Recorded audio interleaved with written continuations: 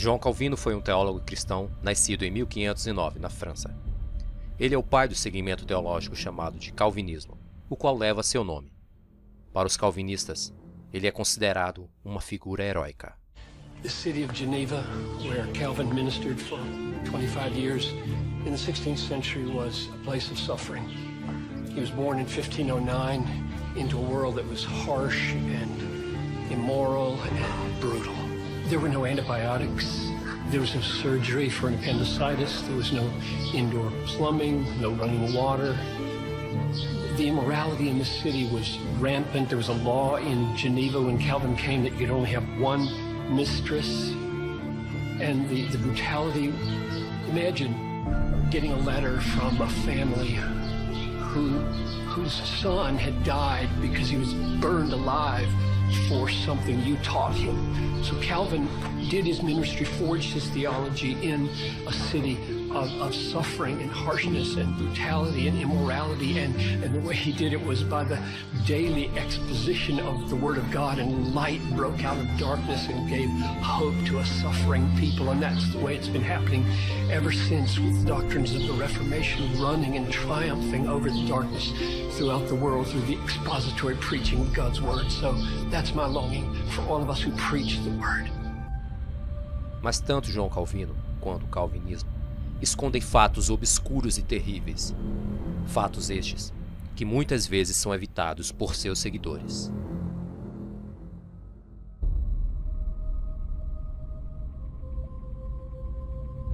Miguel Servet, o médico espanhol que descreveu a circulação pulmonar, era contrário às ideias de Calvino. Ele não acreditava que Deus condenava as pessoas ao inferno sem motivo algum. Além disso, não acreditava na existência da Santíssima Trindade. Em 1553, em Genebra, denunciado por João Calvino, Miguel Servet foi preso sob acusação de heresia e condenado a ser queimado vivo. Os calvinistas sempre tentam limpar essa mancha negra do calvinismo. Uma coisa que a gente deve dizer é que sim, Calvino não se opôs no sentido de... Ele não achava que era errado a morte dos hereges. Isso foi sim um erro de Calvino, mas nós não podemos chegar e simplesmente atribuir a Calvino o título de assassino, porque não foi ele que matou Serveto, e ele procurou avisar Serveto dos seus erros, procurou dissuadir ele da sua heresia, avisou ele de que a sua ida a Genebra era uma coisa que iria lhe causar mal, mas mesmo assim Serveto insistiu no erro. A verdade é que Calvino não acendeu o fogo que queimou Servet. Mas ele não só foi um dos responsáveis diretos de sua morte, como também a desejava. Como ele mesmo falou, se ele vier aqui, se minha autoridade valer algo, eu nunca lhe permitiria sair vivo. Muitos dizem que Calvino tentou ajudar Servet a escapar da fogueira, ou até mesmo que ele tenha se arrependido de seus pensamentos. Mas suas palavras mostram exatamente o contrário.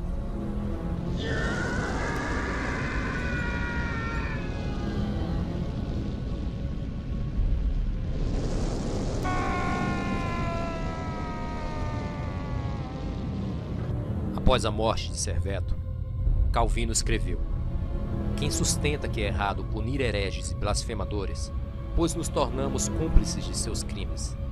Não se trata aqui da autoridade do homem, é Deus que fala.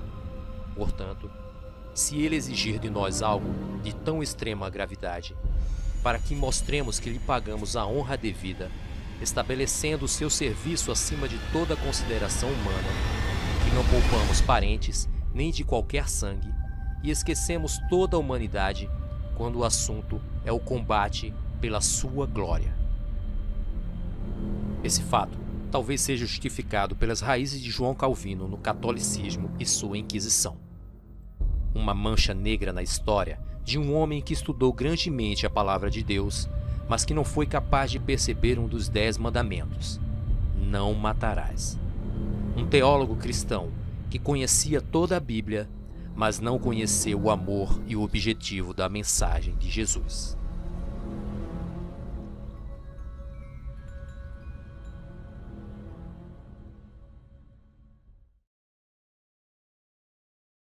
Quando os seguidores do teólogo Jacó Armínio apresentaram suas ideias opostas ao calvinismo, criando assim o arminianismo, os seguidores de Calvino, como forma de rebater essas ideias, surgiram com os 5 pontos calvinistas, que na maior parte contrariavam os pontos arminianos.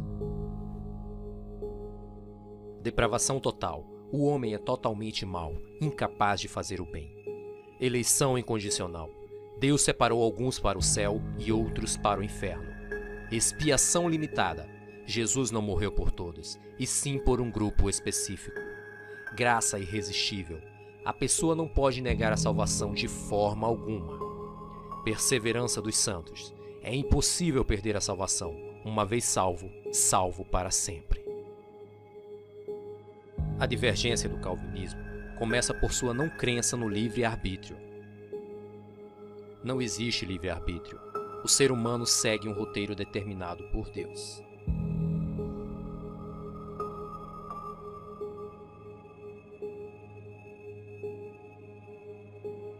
Para os calvinistas, o livre-arbítrio fere a soberania de Deus. Logo, para eles, o homem não pode tomar decisões próprias.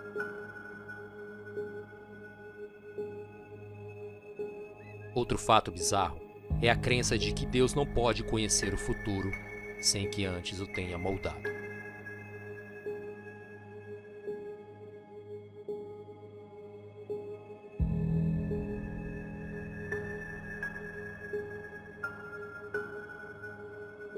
A obra máxima do calvinismo são os escritos de João Calvino, chamados de Institutas da Religião Cristã, um conjunto de ideias e regras tão contraditórios quanto seu autor. As Institutas, no livro 1, capítulo 18, artigo 3º, Calvino diz uma coisa que eu não sei de onde ele tirou isso, ele diz: Deus quer que se faça aquilo que ele, Deus, proíbe fazer. Deus quer que se faça aquilo que ele proíbe fazer. Eu fico imaginando um Deus esclerosado, um Deus estranho a partir da ótica calvinista. Eu pergunto, isso faz algum sentido? Deus está correto ao querer que façamos algo que ele mesmo proíbe? Isso não é o cúmulo da contradição? Eu creio que sim, em termos bíblicos, em termos lógicos.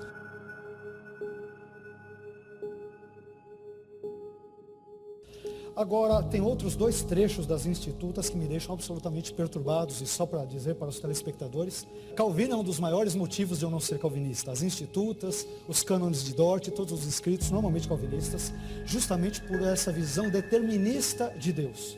As Institutas, no livro 1, capítulo 16, artigo 9, veja só a ilustração de Calvino, uma coisa terrível. Diz Calvino: imaginemos, por exemplo, um mercador, um comerciante, que tendo adentrado regiões selvagens na companhia de homens de confiança, afaste-se imprudentemente dos sócios, ou seja, dos companheiros, e que tal erro o leve a ser roubado e morto, latrocínio, roubo seguido de morte. Aí vem a máxima de Calvino.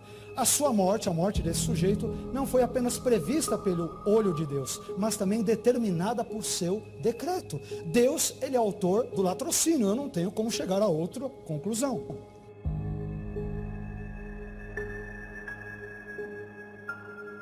Finalmente, outro texto que me deixa chocado nas Institutas, livro 1, capítulo 16, artigo 3º, diz Calvino: a experiência demonstra com clareza que algumas mães possuem as mamas cheias de leite, enquanto outras possuem as mamas quase secas. Por que isso acontece, diz Calvino? Ele explica: de acordo com a vontade de Deus, de alimentar este bebê de forma mais abundante e aquele bebê de forma mais parcamente.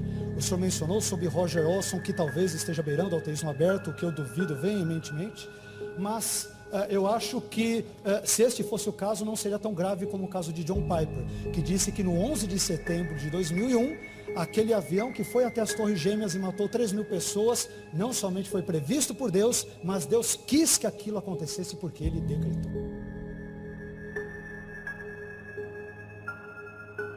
Como o próprio Calvino afirmou, não existe permissão de Deus. Tudo foi por ele predeterminado. Isso faz o diabo um aliado de Deus.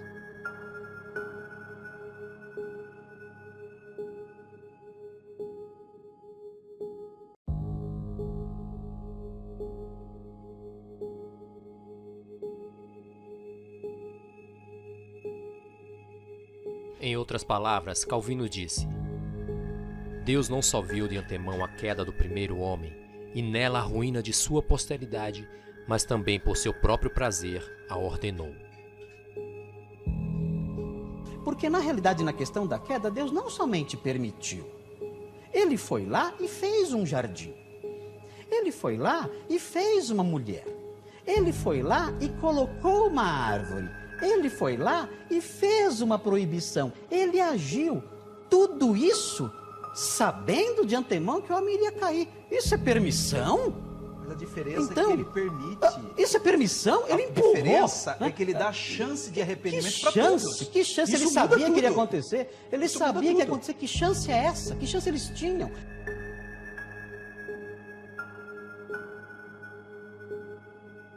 Imagine que um inocente bebê infelizmente venha a morrer. E pior ainda, ele seja mandado para o inferno. Você acharia justo? Mas espere, o pior ainda vem. Imagine que o responsável pela morte de milhões de pessoas, como o psicopata do Adolf Hitler, esteja aproveitando os benefícios do céu. Isso seria justo? É isso que prega o calvinismo com a eleição incondicional. Um Deus injusto que escolhe pessoas para a salvação ou perdição, sem lhes dar a oportunidade de mudar o seu quadro final.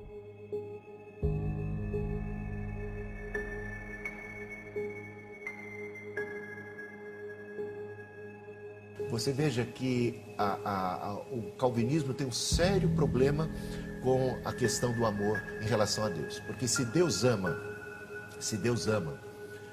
ele não ama todas as pessoas igual do ponto de vista calvinista. Ele amou a uns para conceder-lhes salvação de modo incondicional, que ele poderia conceder, segundo o ponto de vista calvinista, a quem ele bem entendesse, que não há condição alguma de fé, de qualquer coisa que esteja no homem. Então Deus escolhe um punhado, né? E a grande maioria da humanidade ele simplesmente ignora e deixa e abandona. Como Deus ama a esses? Segundo o Calvino, segundo os calvinistas, Deus ama essa grande multidão de perdidos, de réprobos, que ele reprovou, que ele ignorou. Ele ama no sentido de fazer chover sobre eles, de dar vida, de dar pão, né? Dando coisas. Agora, que tipo e que espécie de amor é este? Quando nós bem sabemos nas palavras de Jesus que do que vale ganhar o mundo inteiro, ainda que recebêssemos de Deus todas as benesses possíveis, fôssemos milionários, cheios de saúde, cheios de riqueza, isso seria um grande engodo, quando de fato Deus não nos concedeu a vida eterna. Do que vale ganhar o mundo inteiro e perder a alma. Então, a espécie de amor que Deus tem pela grande maioria da humanidade, segundo o ponto de vista calvinista, é um amor cruel, é um amor que, segundo João Wesley, um amor de dar arrepios, quando a gente pensa nessa espécie de amor, de gelar o nosso sangue. Por quê? Porque podendo salvar as pessoas, as abandona e as entrega a si próprias, a sua condenação, enquanto outros ele ama de modo especial. Então Deus seria do tipo que faz acepção de pessoas e ainda obriga nós, os cristãos, a amarmos como ele nunca amou. Porque Deus diz que nós devemos amar os nossos inimigos, né? E Deus não amou a todos igualmente, segundo o ponto de vista calvinista. Este é o maior calcanhar de Aquiles do ponto de vista calvinista e, para mim, insuperável. Outro é que faz de Deus essa ideia de soberania tão plena, tão absoluta, faz de Deus o autor do mal. E o único jeito de você escapar da conclusão de que para que Deus não seja o autor do mal, é entender que Deus criou e deu liberdade aos seres humanos, e os seres humanos tiveram espaço para o exercício das suas liberdades e pecaram e erraram, e o mal existe como uma consequência disto.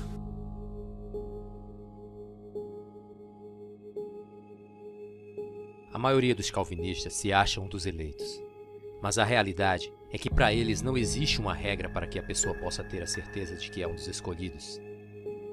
É uma dúvida interminável que os mais conscientes calvinistas carregam. E no calvinismo não há nada que possam fazer para mudar a situação, a não ser esperar o céu ou o inferno. A grande maioria, porém, acredita que o fato de crer nas doutrinas de João Calvino os torna eleitos. A maior característica da grande parte dos calvinistas é a da enorme soberba orgulho e arrogância para com os outros cristãos. Tudo isso pelo simples fato de acreditarem que são os únicos com a doutrina da verdade e os únicos escolhidos de Deus. E essa grande parcela está longe de demonstrar o verdadeiro sentido da mensagem do amor de Cristo.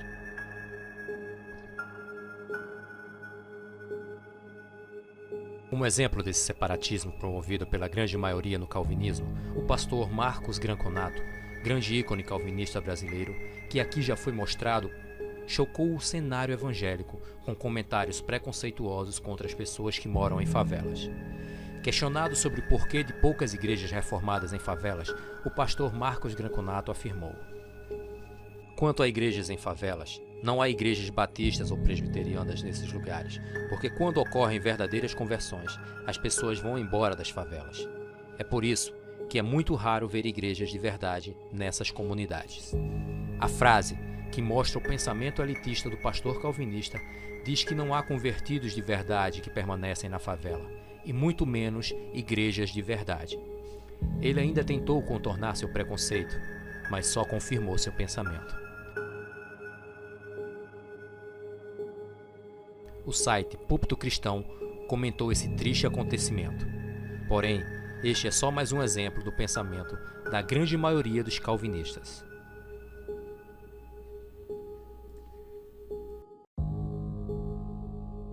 O texto bíblico mais usado pelos calvinistas é o de Romanos 9. Segundo o calvinismo, esse capítulo é a prova de que Deus escolhe quem Ele quer para a salvação ou para o inferno. O versículo usado é: como está escrito, amei a Jacó e odiei a Esaú. Que diremos, pois?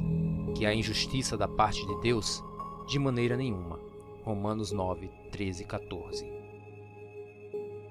Não agiu. É a sua soberania. Nós entendemos, nós que cremos na soteriologia calvinista, que Deus é Deus. E louvado seja Deus por sua graça e louvado seja Deus por sua ira. Porque em tudo isso Ele manifesta os seus propósitos soberanos. Agora, eu não posso transformar Deus naquilo que eu quero.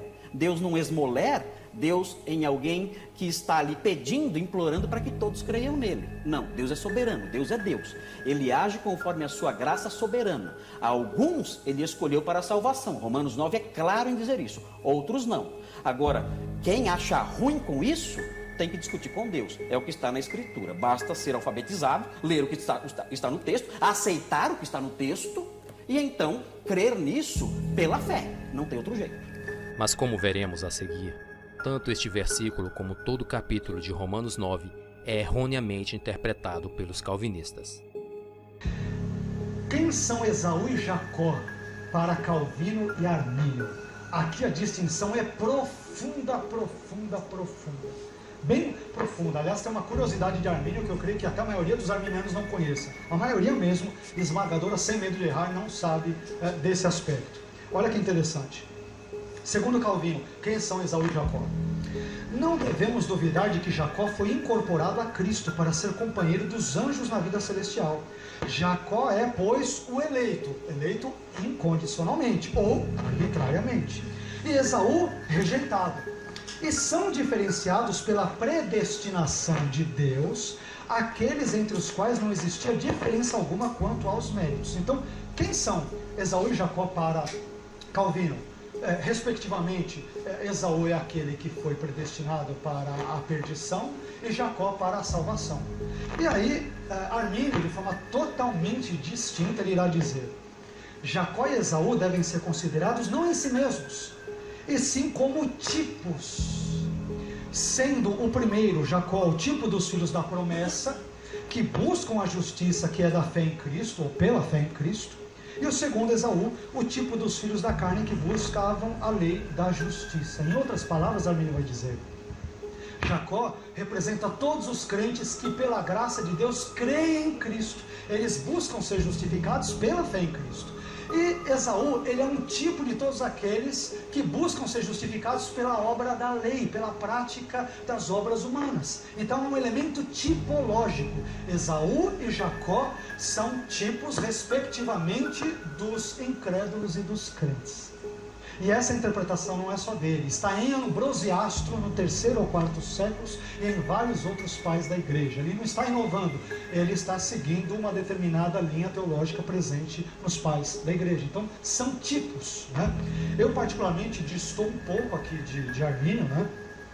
Eu entendo que Esaú e Jacó em Romanos 9 são ao mesmo tempo antropônimos e epônimos, ou seja, quando a Bíblia trata de Esaú e Jacó, ela se refere aos mesmos personagens que levam estes nomes, e ao mesmo tempo, Esaú e Jacó, que são antropônimos, ou seja, nomes de dois indivíduos, Esaú e Jacó, referem-se também a epônimos. Epônimo é o nome dado quando você pega o nome de um personagem bíblico, no caso Esaú e Jacó, e transfere esse nome para um grupo, uma nação, um tribo, um clã, um grupo social e assim por diante. Ou seja, Esaú e Jacó, a meu ver, são tanto os indivíduos quanto as nações deles oriundas ou deles resultantes ou deles provenientes. Agora, vejam o que Armínio diz. O apóstolo trata ali, ou seja, Romanos 9, do decreto pelo qual Deus decidiu justificar e salvar aqueles que seriam herdeiros da justiça e da salvação, não por obras, mas pela fé em Cristo. De novo, Deus prevê a fé e com base nesta presciência Ele salva ou não salva. Sempre essa é a tônica de Armínio. Não do decreto, aí ele destoa totalmente de Calvino, olha o que ele diz depois do ponto e vírgula. Não do decreto pelo qual ele decidiu salvar estes ou aqueles e condenar outros, ou aquele pelo qual ele decidiu dar fé a alguns e retê-lo de outras, como diz o Sínodo de Dort. Armínio diz, não é este o assunto de Romanos 9.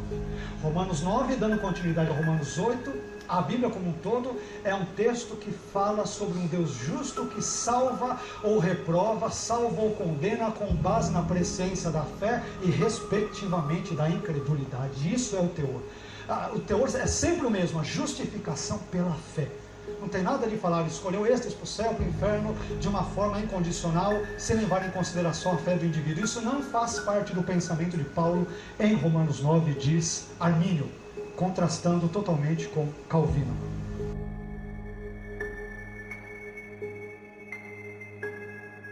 Os problemas do calvinismo estão no simples fato de negarem o livre-arbítrio. Com essa crença, acumulam diversos problemas e contradições, como a descaracterização do arrependimento, uma vez que o homem só faz o que é determinado por Deus, perda do sentido da oração a Deus, já que a mesma não produz efeitos quando tudo já está determinado, o fato de não responder se Deus é bom ou mau, se Deus é realmente justo, se o diabo é inimigo ou aliado de Deus, dúvidas da própria salvação, entre outras centenas de questões que o calvinismo não responde ou tenta evitar. E é claro que por mais que você tente compatibilizar que Deus decreta a ação do diabo e que o próprio Deus não tem culpa, né, vai deixar, por exemplo, se você ler Nietzsche, ele escreveu o Anticristo, vai deixar Nietzsche furioso. Por quê? Porque é uma questão lógica. Se Deus decreta, Deus é responsável. Se Deus é responsável, Ele é autor do pecado. John Wesley chegou a essa conclusão. Vários outros teólogos, desde a antiguidade, o Concílio de Orange, já havia chegado nessa conclusão. E é interessante observar que isso é uma questão bíblica. Eu li a Bíblia 2 vezes sozinho, sem teologia. E eu sempre entendi que Deus nunca poderia ser responsável pelas coisas erradas que acontecem na minha vida. Eu é que tomei escolhas erradas, é você que toma suas escolhas equivocadas, e isso te leva a um problema, a um beco sem saída. Com relação ao diabo, são muitas vezes nós que damos legalidade para ele agir na nossa vida. Não é porque Deus decretou, porque Deus ordenou, porque Deus mandou. Então esse é o ponto de vista básico, não só arminiano, mas de várias visões teológicas, inclusive luterana. Os luteranos também têm um pouquinho desse viés, né? Embora Lutero vai dizer que o diabo é o diabo de Deus, mas ele tem esse viés também. Então é uma questão que a gente quer abordar aqui, é isso, porque não há como fugirmos da realidade. A gente tem que aceitar, cada religião tem que aceitar o seu profeta. E os calvinistas, não estou falando aqui do pastor propriamente dito, mas os calvinistas eles têm que assumir João Calvino, ou dizer que não são calvinistas, é qualquer outra coisa. Porque se você é calvinista, você tem que aceitar o seu profeta, que se chama João Calvino.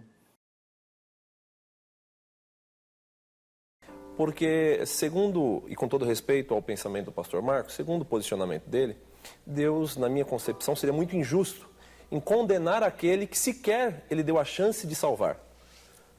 Se ele escolhe um para a salvação e escolhe outro para a perdição, Deus seria, no mínimo, injusto, porque condena uns sem sequer ter dado a este a oportunidade de salvação.